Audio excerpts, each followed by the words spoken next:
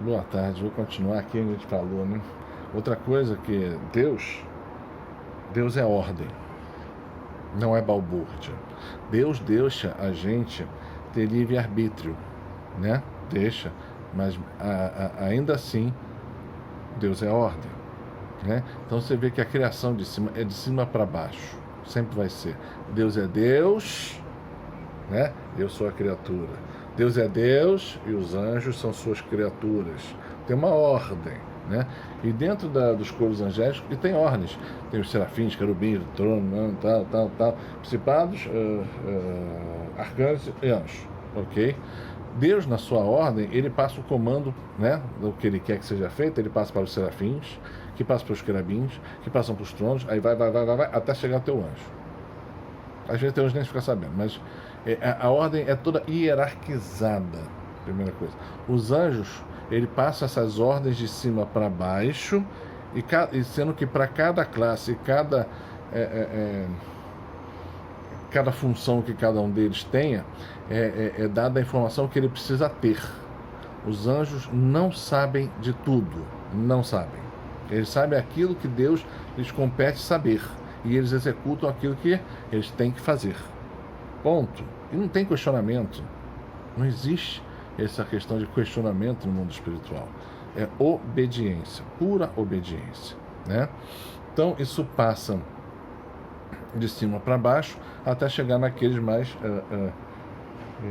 menores, vamos chamar assim, né? Não que só um anjo é capaz de fazer uma coisa absurda.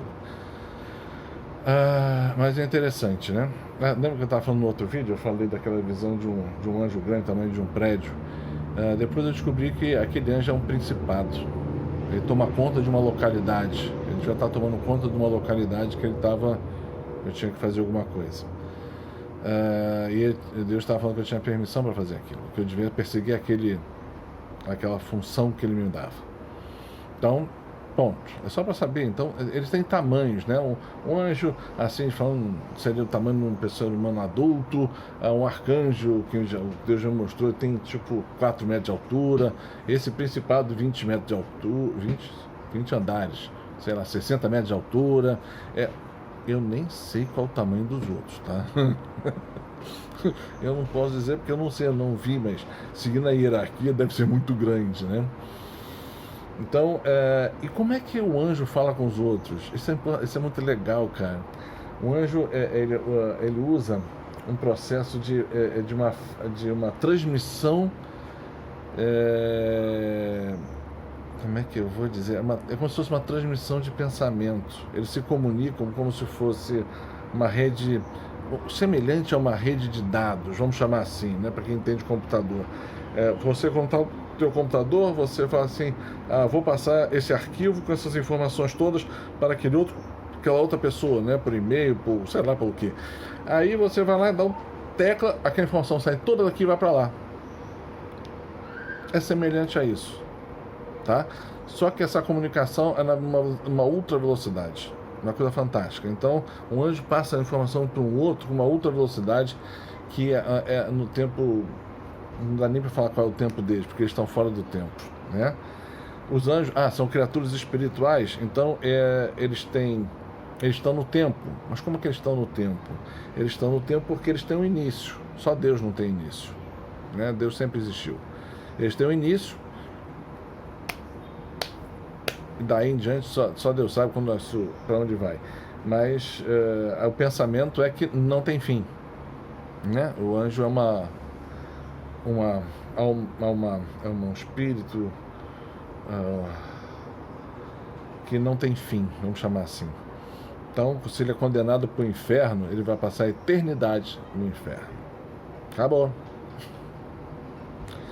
E Deus não volta atrás, tá? É difícil fazer. Olha, é muito difícil voltar atrás, né? Muito difícil, né? O que mais que é interessante falar sobre os anjos? São companheiros, eles têm ideias fantásticas, um raciocínio brilhante, né? Quantas vezes eu já dei até testemunho de algumas vezes que eu precisava de uma saída técnica de algum trabalho que eu estava fazendo, eu pedi ajuda a Deus, e Deus me veio umas ideias tão fantásticas. Lógico, eu sei que quem deu a ideia foi o anjo da guarda, né? Foi o meu anjo protetor. Ah, mas não foi Deus? Também. O anjo está em hierarquia a Deus. Então, ele sabe o que Deus permitiu, porque ele está face a face com Deus e ele só recebe o comando e faça aqui. Então, quem me passou a ideia ou vem através do Espírito Santo, por uma inspiração, mas o processo da inspiração do Espírito Santo é diferente. Vamos chamar assim, né? E quando é o anjo te falando, é diferente. Muitas das vezes o anjo, quando te fala, ele te bota uma ideia na cabeça que vem do nada, aquela ideia brota na sua cabeça, você aceita ou não, e começa a pensar sobre aquilo, desenvolve, né? Ele te dá a ideia, ele te passa o rumo. Quando vem uma inspiração de Deus, é diferente, é uma emoção interna e é uma coisa continuada, né? É um pensamento continuado que pode demorar horas, né? Quem tem experiência com isso sabe que muitas vezes na oração da noite o Senhor te bota uma coisa no coração, uma emoção, um pensamento, um ato de fazer, um chamado dele, e aí você às vezes vai ficar 3, 4, um dia, 2 dias, uma semana com aquilo na cabeça, tentando digerir, indo para frente, né? Que é diferente da ideia do anjo. As comunicações são diferentes. Você tem que aprender a ter esse discernimento, esse tátil, né?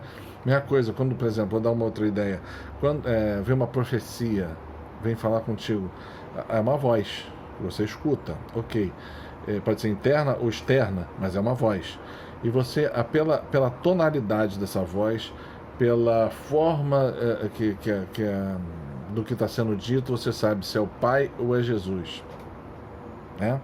Então, como diz Jesus, né? As minhas ovelhas me conhecem, né? Você conhece o tom do pastor, você sabe, pelo ouvido, com a pessoa quando está falando para você, pelo tom que ela já está usando, você já descobre se é Jesus ou se é o Pai falando. É bem diferente, as personalidades são diferentes, mas era sobre isso que eu queria falar. Então, os anjos. E aí tem um vídeo até que eu fiz, não sei, faz algum tempo, que eu falava sobre toda a aparição de anjos em toda a revelação de Deus, desde o início até o Apocalipse. Os anjos estão sempre permeados em toda a história da revelação divina, porque eles são os agentes que vão contribuir para que isso aconteça, né? E nós estamos vivendo aquele tempo que Daniel chama, fala, que é nos tempos de tribulação, né? Da grande tribulação. Não vou falar quando nem porquê, esse canal não é para isso, mas nós estamos vivendo esse tempo e é o tempo de Miguel, ou seja, é um tempo de grande batalha, né? Pega lá, não sei se é Daniel 9, uma coisa assim, eu não decoro a Bíblia, esquece, eu não vou fazer isso nunca. Eu sei a intenção de Deus que está ali. E ele fala que é o tempo de Miguel. E se você pegar lá depois vai lá no livro da Revelação, ou seja, no Apocalipse, você vai ver também, né, a movimentação dos anjos em todo o Apocalipse. Em todo o Apocalipse. Eles são os agentes que vêm trazer a justiça, a terra, o refinamento de tudo que tem que acontecer e colaboram para a parousia de Deus e depois para a segunda volta. Então, lembra até quando Jesus subiu. Foi aos céus, né? Depois que ele ressuscitou e os apóstolos ficaram olhando ele indo embora, né? Aí aparecem os anjos e perguntam para eles: o que vocês estão olhando para o alto? Da mesma forma que vocês viram ele subir, ele vai depois descer quando tiver que voltar, né? São anjos, né? Não é figura de linguagem. O que os anjos podem? Tudo. Dentro de Deus, eles estão usando a capacidade de Deus. Eles já são criaturas extremamente poderosas, extremamente inteligentes, mas eles estão dentro da graça de Deus, eles podem tudo. Só não erram porque estão em total obediência a Deus. Como se fala, um anjo está face a face com Deus. Então, ele está em total obediência com o chefe. O chefe manda, ele faz. E ele, o anjo, quando Deus fala com ele ou passa uma ordem, é a coisa que mais o alegra. Né? Então, por isso que muitas vezes você vai ver vários santos que falam assim: pega teu anjo, manda ele no sacrário adorar ao Senhor. Porque quando ele vai lá adorar o Senhor, ele está fazendo aquilo que é a sua condição natural de fazer. E quando ele fica perto de Deus, face a face, é onde ele se alegra, porque Deus o enche de graça, enche das suas palavras, da sua luz. E aí eles vêm para cá para combater. Então, muitas vezes também, faça isso. Manda teu anjo, vai lá no sacrário mais próximo e adora o Senhor. Adora o Senhor. E depois volta aqui e vamos trabalhar junto. E para ele, às vezes, vai e volta uma novidade tão grande que você nem vê, mas para eles é uma eternidade. Eles estão fora do tempo. Né? Então, é interessante você ver, participar, falar com eles. Né? Eles são guardiões poderosos e eles gostam de trabalhar junto conosco, né? Os primeiros exercícios assim que eu fiz lá atrás, né? Que fala assim, fala com teu anjo para te ajudar e bota atividades normais do dia a dia, né? Às vezes eu tinha que dar uma palestra em algum lugar que eu sei que era impossível de parar o carro.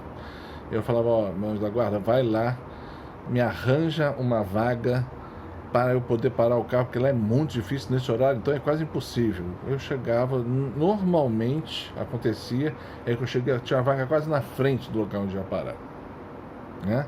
Então eles são criaturas que gostam de trabalhar em consonância com a gente, né? Para Deus, claro, óbvio, não vai fazer nada que seja contra a vontade divina, mas eles gostam de trabalhar conosco, eles gostam de participar, né? Você vai ver Padre Pio falava com um dele e com de várias pessoas no mundo inteiro mandando ordens, né? Quer ver uma coisa interessante? Muitas vezes eu tenho uma reunião para fazer com alguém, eu não estou conseguindo ser atendido, eu falo, meu anjo, vem cá, vai no anjo de tal pessoa e eu preciso fazer essa reunião com ela e prepara-lhe o espírito para que ela aceite essas ideias. Ele vai, e geralmente a reunião é fantástica. Então, e muitas vezes eu não faço também, tá tudo errado. Mas tudo bem, faz parte, né?